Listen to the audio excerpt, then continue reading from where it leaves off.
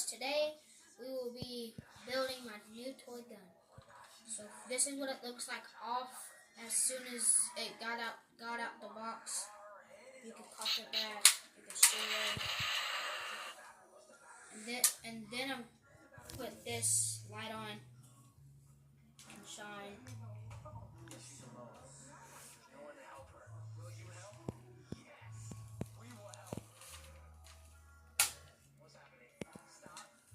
Now we're going to be loading the clips.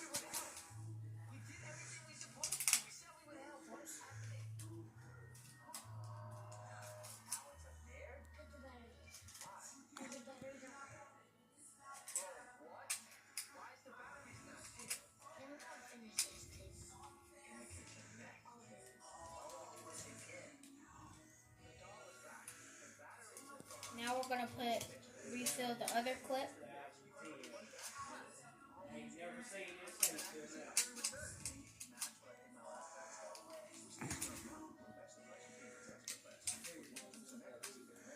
Now we're going to load it into the gun.